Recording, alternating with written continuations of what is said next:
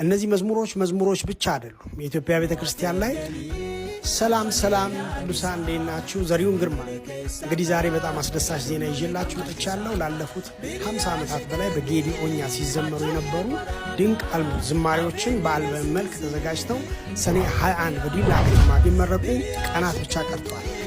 እነዚህ መዝሙሮች ብቻ አይደሉም። የኢትዮጵያ ቤተክርስቲያን ላይ በጌዲኦኛ በጣም ላለፉት 50 ዓመታት በቤተክርስቲያን ሲዘመሩ የነበሩ ዘማሪዎች መዝሙር ነውና አንጋፋዎች፣ አባቶች፣ ወጣቶችን ጭምር የያዘ ድንቅ አልበም ነው። እንግዲህ በዚህ አልበም ላይ ብዙ ታሪክ ይሰራል።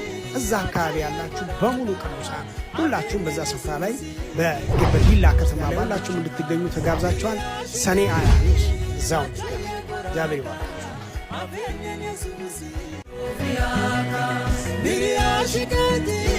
Machaye koraka, avenye Yesusi.